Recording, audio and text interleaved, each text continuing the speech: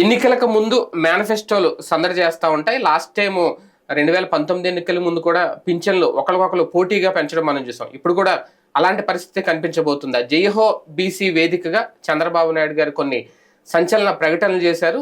బీసీలకు 50 ఏళ్లు దాటితేనే పింఛను వర్తించడం, అలాగే 4,000 రూపాయల వరకు పింఛను పెంచుతాం తెలుగుదేశం పార్టీ అధికారంలోకి వస్తేనే. ఇది కేవలం బీసీలకు మాత్రమేనా, లేదంటే ఎన్నికలకు ముందు లాస్ట్ టైం లాగే ఇప్పుడు పోటాపోటీగా ఇద్దరు ఈ మేనిఫెస్టోలు, ఈ పింఛన్లు పెంచుకోవడం, లేదంటే సంక్షేమ పథకాల విషయంలో ఇప్పుడు పోటీ పడబోతున్నారా? ఇది అంశం మీద చర్చించే ప్రయత్నం చేద్దాం. సార్ ఒకసారి బాబు గారు అన్న మాటలు అంటే నాకు చిన్న డౌట్ ఉంది, దానికోసం ఒకసారి బయట వినిపించి తర్వాత మాట్లాడతారు. ఎవరైతే ఉన్నారో బీసీలకి 50 సంవత్సరాలకే పింఛన్ ఇచ్చే విధానానికి శ్రీకారం చుడుతున్నాం.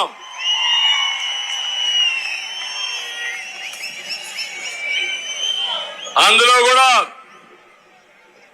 ఇప్పుడుండే పింఛన్ మీరు ఒక్కసారి గుర్తుపెట్టుకోండి. పింఛన్ ప్రారంభించింది ఎన్టీ రామారావు గారు 35 రూపాయలతో ప్రారంభించారు. దాన్ని 70 రూపాయలు నేనే చేశాను. తర్వాత వచ్చినప్పుడు 200 ఉంటే 200 నుంచి 2,000 రూపాయలు చేసిన పార్టీ తెలుగుదేశం పార్టీ. ఇప్పుడు హామీ ఇస్తున్నా, అంచెల వారీగా వీళ్ళు చేశారు. అదే తెలుగుదేశం ఉంటే మొట్టమొదటిసారిగానే వచ్చేది 2019లో.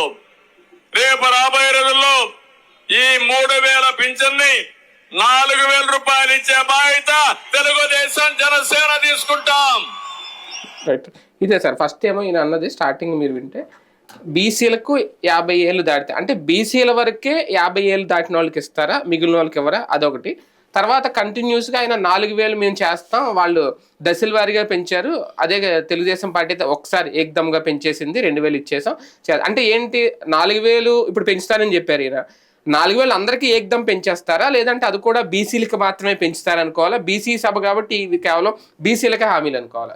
క్లారిటీ ఆయన ఇవ్వాలి. అంటే ముందైతే బీసీలకు అనే మాట అన్నారు, అది క్లియర్ గా ఉంది కదా. మామూలుగా పెన్షన్లు అనేటువంటి అంటే 50 ఏళ్లకు పెన్షన్ అనేది బీసీలకు మాత్రం, అంతే, మిగిలిన వాళ్ళకి లేదు, మిగతా వాళ్ళకి లేదు.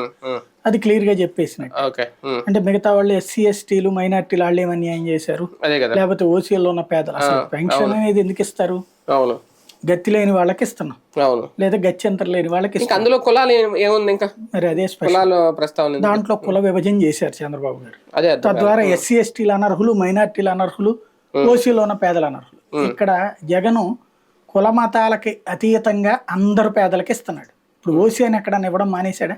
లేదు, అదే అంటున్నాను, ఆ కంపారిజన్ లేదు కదా. ఈవెన్ 65 ఏళ్ళు ఇదివరకు చంద్రబాబు ఉన్నప్పుడు ఇచ్చింది పెన్షన్, దాన్ని 60 ఏళ్లకే తగ్గించాడు జగన్. 65 ఏళ్ళు ఎందుకు చంద్రబాబు పెట్టాడంటే కేంద్రం ఇచ్చేది 65 ఏళ్ళ వాళ్ళకి కాబట్టి. అప్పుడు కేంద్రం డబ్బులు 800 వచ్చాయి. 800 వస్తున్నప్పుడు ఈయన 1000 రూపాయలు ఇచ్చారు. 800 రూపాయలు అప్పుడు కేంద్రం డబ్బులు. వీళ్ళు లెక్కలు చెప్తుంటాడు జగన్, అప్పుడు ఇంతే ఇచ్చాడు, మేము ఇంత ఇచ్చామని. ఎందుకు తేడా వచ్చిందంటే అదే కారణం. కేంద్రం ఇచ్చేది 800 రూపాయలు అయితే ఈయన 1000 రూపాయలు ఇచ్చేవాళ్ళు, 200 రూపాయలు ప్రభుత్వం తరపున భరించేవాళ్ళు, రాష్ట్ర ప్రభుత్వం. అది కూడా కేంద్ర లెక్కల ప్రకారం ఉన్నటువంటి వాళ్ళకే ఇచ్చారు ఆయన. అందుకే అందరికి రాలేదుగా పెన్షన్లు. లాస్ట్ ఇయర్ మాత్రమే అందరికి ఇచ్చారు. లాస్ట్ ఇయర్ అది కూడా లాస్ట్ 6 months బిఫోర్ ఓకే చేసి 3 months బిఫోర్ చేతికిస్తామని చెప్పి లాస్ట్ 2 months ఇచ్చారు. కరెక్ట్ గా చెప్పాలంటే చివరి 2 నెలలు ఇచ్చారు. 3 నెలల ముందు ఓకే చేసి లాస్ట్ 2 నెలలు కూడా ఇచ్చారు. అది అప్పుడు జరిగింది. అది 1000 రూపాయలు అన్నటువంటిది అప్పుడు చేసింది. 1000 నుంచి 2,000 చేశారు. ఇప్పుడు జగన్ పాదయాత్ర చేస్తూ ఆ పాదయాత్రలో 2,000 అని హామీ ఇస్తే అప్పుడు ఈయన 2,000 చేశారు. చేస్తే దాన్ని అందుకని ఈయన 2 అన్నాడు కాబట్టి ఆయన 3 అన్నాడు. ఈయన 2 అన్నాడు కాబట్టి ఆయన 3 అన్నాడు. 3 ఒకేసారి కాకుండా ఆయన దశల వారీగా అంటూ తర్వాత మడమ తిప్పాడు, మాట తిప్పాడు దాన్ని. అది ఓవరాల్ గా. అయితే ఇక్కడ చంద్రబాబు ఆ తర్వాత ఇచ్చింది అప్పుడు తక్కువ, అందరికీ ఇవ్వాల. ఇప్పుడైతే 1,60,00,000 మంది రేషన్ కార్డులు ఉంటే 1,50,00,000 మందికి వైట్ రేషన్ కార్డులు ఉంటాయి. అంటే 1,60,00,000 కుటుంబాలు ఉంటే 1,50,00,000 రేషన్ కార్డులు ఉంటే దాదాపుగా ఇప్పుడు 65 లక్షల మందికి పింఛన్ అందుతుంది. 65 ఏళ్ల లెక్కన, 60 ఏళ్ల లెక్కన 65 లక్షల మందికో ఏమో పెన్షన్ అందుతుంది ప్రస్తుతం లెక్క చూసుకుంటే. ఇప్పుడు బీసీలకి 50 ఏళ్ళకి అంటే గనక ఇంకొక 5 లక్షలు 10 లక్షలు యాడ్ అవుద్ది. ఎందుకంటే దాదాపు ఇప్పుడు అందరికి ఇస్తున్నట్టే 50 ఏళ్ళు అంటే. అది ఓన్లీ బీసీలే అంటున్నారు కాబట్టి అప్పుడు ఆటోమేటిక్గా చర్చకు వస్తుంది, మిగతా వాళ్ళు ఏం పాపం చేశారు అన్నటువంటిది. మేబీ రేపడు తర్వాత ఎస్సీ డిక్లరేషన్ దగ్గర మీకు కూడా 50 ఏళ్ళని, మైనార్టీ డిక్లరేషన్ దగ్గర మీకు కూడా 50 ఏళ్ళని, అట్లా దశల వారీగా చెప్పుకొస్తారేమో. అప్పుడు ఓసీలకు ఉండదు డిక్లరేషన్ ఏమి, డిక్లరేషన్ ఉండదు. ఈ పింఛన్ వయసు వాళ్ళకి లేదు, ఉండదని. ఎందుకంటే ఇప్పుడు పాప అన్ని కులాలు తీసుకుంటున్నాయి కదా, 60 ఏళ్ళు దాటిన అందరూ తీసుకుంటున్నారు. మళ్ళీ గ్రీడింగ్ ఏంటో ఉండదు అట్లాగా. ఒక రకంగా 4,000 కూడా ఓన్లీ బీసీలకే అంటారా? లేదు, ఆ మాట వింటుంటే 4,000 అందరికీ అన్నట్టే కనబడుతుంది. అయితే ఇక్కడ లాజిక్ ఏంటంటే నేను రాగానే నేను వచ్చి ఉంటే గనక మొత్తం అదే రేంజ్ లో ఇచ్చేసేవాడిని 3,000 ఒకేసారి. ఈయన మరి అప్పుడు ఎవరు ఆపారు? ఈయన 1,000 రూపాయలు చేశారు, 200 నుంచి ఏకదమ్మే ఇచ్చారు. మరి 2,000 చివరి దాకా ఎందుకు ఆగారు? అదేదో ఆ 2,000 రెండో ఏడాది ఇచ్చేయచ్చుగా, మూడో ఏడాది 3,000 పెంచుకుంటూ పోలేదు కదా, అదే ఎగ్దమ్మే ఇచ్చేసారు. ఇప్పుడు కూడా ఫస్ట్ ఇయర్ ఇచ్చేస్తారు. అప్పుడు ఫస్ట్ ఇయర్ ఇచ్చేసి లాస్ట్ ఇయర్ దాకా పెంచకపోవడం వల్లనే పబ్లిక్ లో ఇక ఇంతకంటే ఎక్కువ ఇస్తాడని జగన్ నమ్ముతున్నారని మళ్ళీ ఈయన మార్చుకుంది. అలా ఇవ్వడం కూడా భారం అవుదా? బడ్జెట్ దశల వారీగా ఇచ్చుకుంటే భారం అవుతుంది, ఏకదమ్ ఇస్తే భారమే ఖచ్చితంగా.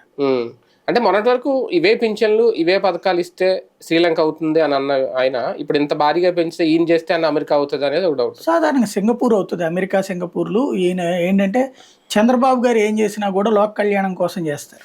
జగన్ ఏం చేసినా సరే లోక కంటకుడు. ఆయన అంతా కూడా ఆయన పెన్షన్ ఇస్తే మనుషులు నాశనం అయిపోతారు, ఈయన పెన్షన్ ఇస్తే గనక స్వర్గం వచ్చేస్తుంది. ఆయన గనక వసతులు కల్పించారంటే, అంటే స్కూల్ బాగు చేశారంటే గనక దేవుడు, ఈయన గనక స్కూల్ బాగు చేశారంటే దెయ్యం. అంటే మొత్తం 10 సంవత్సరాలు 10 ప్రకటించారు నిన్న బీసీలకు సంబంధించి. ఆ 10 మధ్యలో అన్న మాట అంటే ఇటువంటి ప్రశ్నలు రేజ్ అవుతాయేమోనేమో. సంపద ఎలా సృష్టించాలో నాకు తెలుసు, భారం లేకుండా చూసుకోవడం కూడా నాకు తెలుసు అనేది ఆయన వాడిన మాట. సహజంగా ఈ మాట ఇప్పటికీ నా చిన్నప్పటి నుంచి అంటానే ఉన్నారు. మరి ఆయన సంపద సృష్టించింది ఏంటో తెలియదు. వెంటనే హైదరాబాద్ చెప్తారు. హైదరాబాద్ ఈయన ఉన్నప్పుడు సంపద సృష్టించబడలే, ఈయన దిగాక సంపద సృష్టించబడింది. అదేమంటే ఈయన కలవాలనే అదంతా అంటారు. మరి ఆ తర్వాత ఇప్పుడు ఇక్కడ మరి ఎందుకు సృష్టించలేకపోయారు?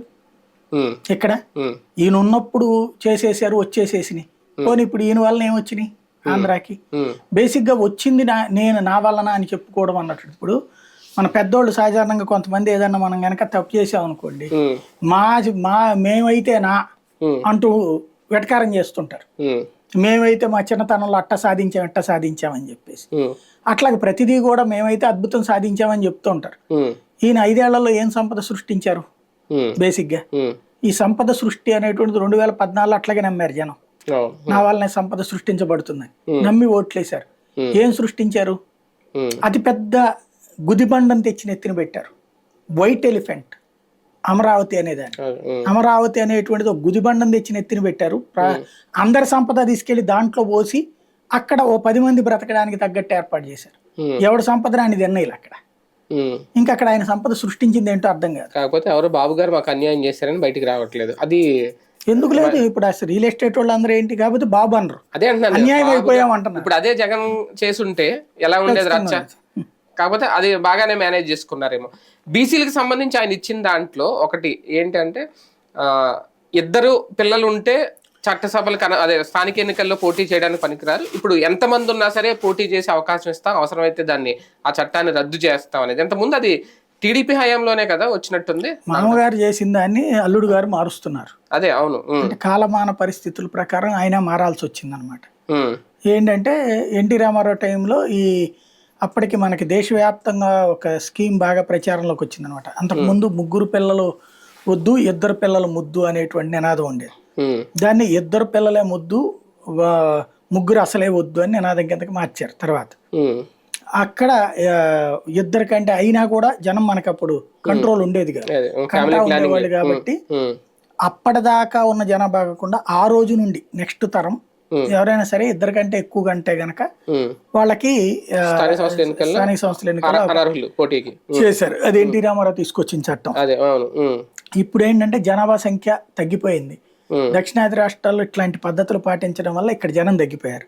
ఇప్పుడు కేంద్రం ఇచ్చే నిధులన్నీ కూడా రాష్ట్రం ప్రాతిపదికన కాకుండా, భౌగోళిక స్వరూపం ప్రాతిపదికన కాకుండా జనాభా ప్రాతిపదికన ఇస్తారు.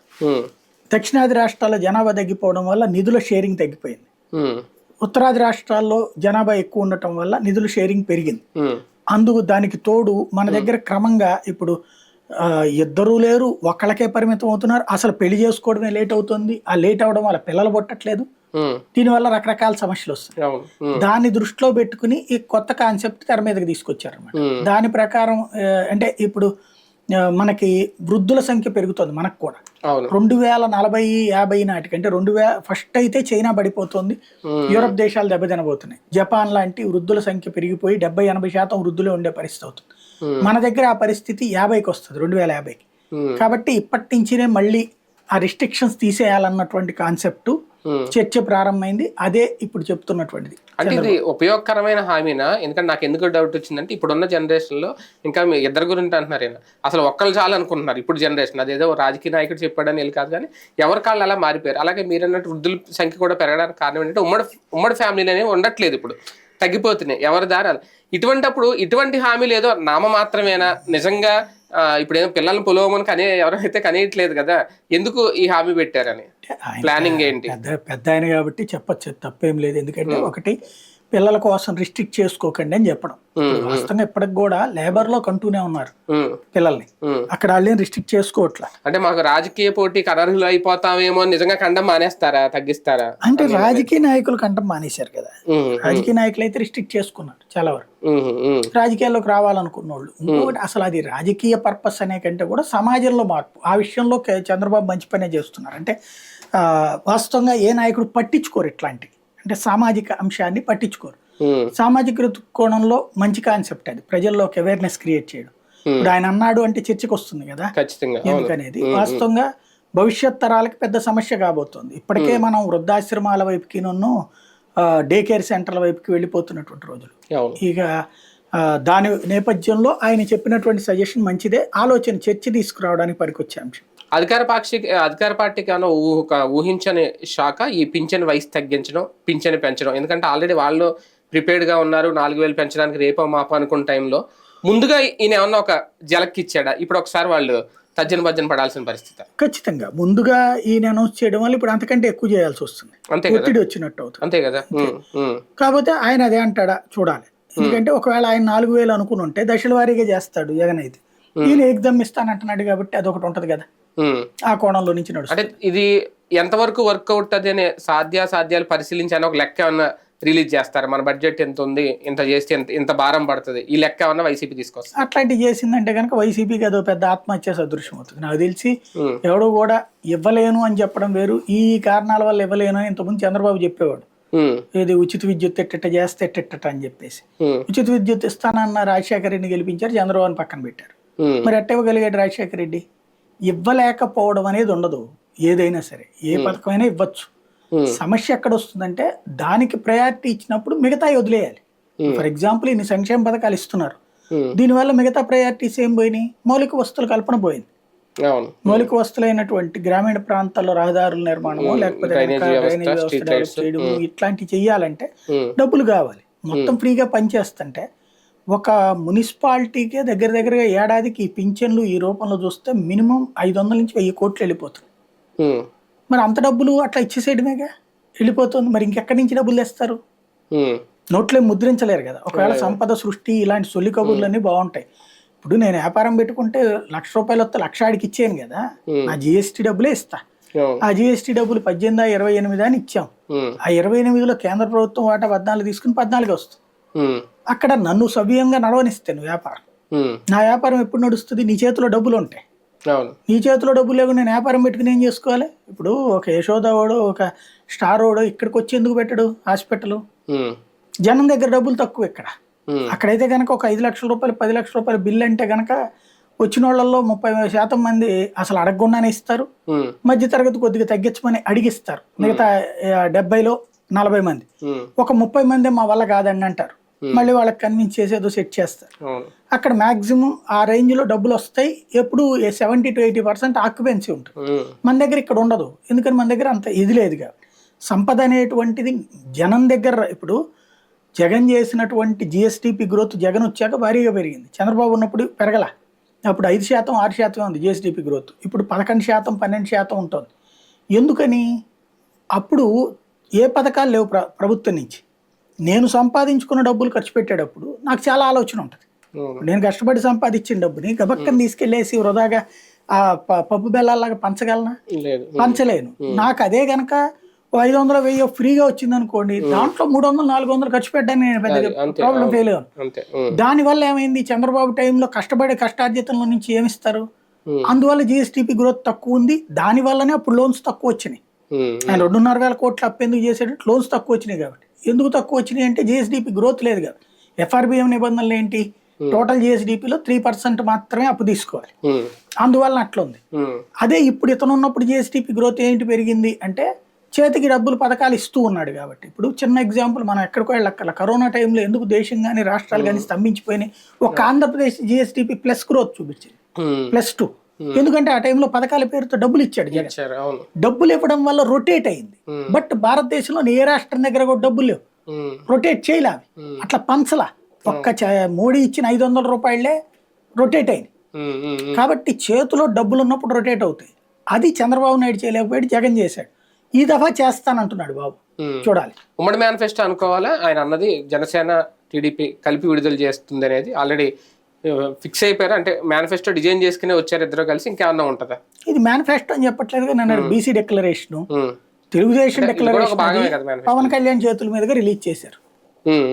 తెలుగుదేశం బీసీ డిక్లరేషన్ పవన్ కళ్యాణ్ చేతుల మీదుగా లాంచ్ చేశారు, అంతే.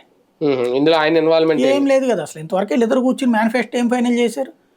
ఇదేంటంటే ఈ లోపు తెలుగుదేశానికి సంబంధించి సూపర్ 6 అనౌన్స్ చేసేసుకుంటారు. బీసీ డిక్లరేషన్లు, రేపు ఎస్సీ డిక్లరేషన్లు, ఎస్టీ డిక్లరేషన్, మైనార్టీ డిక్లరేషన్ అన్ని చేస్తారు. అప్పుడు అన్నిటికీ గెస్ట్ గా పవన్ కళ్యాణ్ పిలుస్తుంటారు. ఆ తర్వాత మేనిఫెస్టో అంటారు. అప్పటికి రాజెవడు, రెడ్డి ఎవడు, ఎలక్షన్స్ వచ్చేస్తాయి. అప్పుడు మేనిఫెస్టో పెద్ద పుస్తకం తయారు చేసుకుని చూసిన చదివి చచ్చేవాడు ఎవడు? జనంలోకి వెళ్ళేటువంటి సూపర్ హామీలు. ఈయన చెప్పిన షణ్ముఖ వ్యూహం అసలు అందులో ఏమి యాడ్ చేయట్లేదు. ఈయనది జస్ట్ ఒక రకంగా ఏంటంటే అతిథి పాత్ర కింద వాడుకుంటున్నారు ఆయన, గెస్ట్ గా అయితే పిలుస్తున్నారు వేదిక మీదకి. ఫైనల్ గా బీసీ అస్త్రం సంధించాల్సిన అవసరం వచ్చిందా టీడీపీకి? Vote bank, BC vote bank దూరం అయిపోతుందని అనుమానంతోనే ఈ ప్రయత్నాలు. లేదు, ప్రతి ఎలక్షన్స్ అప్పుడు చేస్తారు. తెలుగుదేశం చేస్తుంది, వైసీపీ చేస్తుంది. వైసీపీ కూడా ఆల్రెడీ బీసీల ఇయే కదా పెట్టింది అప్పుడు, బస్సు యాత్రలు అవి, సాధికార యాత్రలు అని చెప్పేసి చేస్తారు. మెయిన్ ఏంటంటే కానీ వైసీపీ ప్రత్యేకంగా బీసీలకి ఈ వయసు బీసీలకి ఎంత పింఛనని చెప్పలేదు. లేదు, అది వాళ్ళు బీసీలకు ఏం చేశామో చెప్పారు కాబట్టి వీళ్ళు అది చేయలేదన్న సంగతి వీళ్ళకి గుర్తుకొచ్చింది. అంతకంటే ఎక్కువ చేస్తామని చెప్తున్నారు.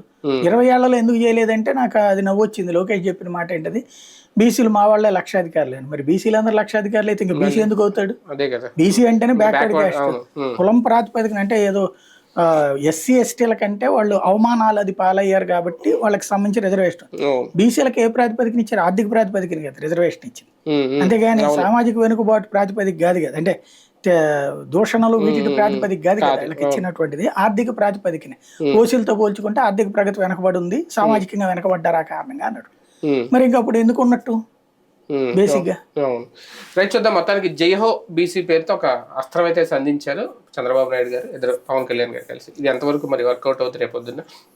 క్లారిటీ అయితే మిస్ అయింది. మరి దీని మీద క్లారిటీ ఇస్తారా? ఎవరికి ఇది 4,000 ఓన్లీ బీసీలకి మాత్రమేనా, లేదంటే అందరికీనా? అది కూడా అనేది ఒక క్లారిటీ ఇస్తే బెటర్.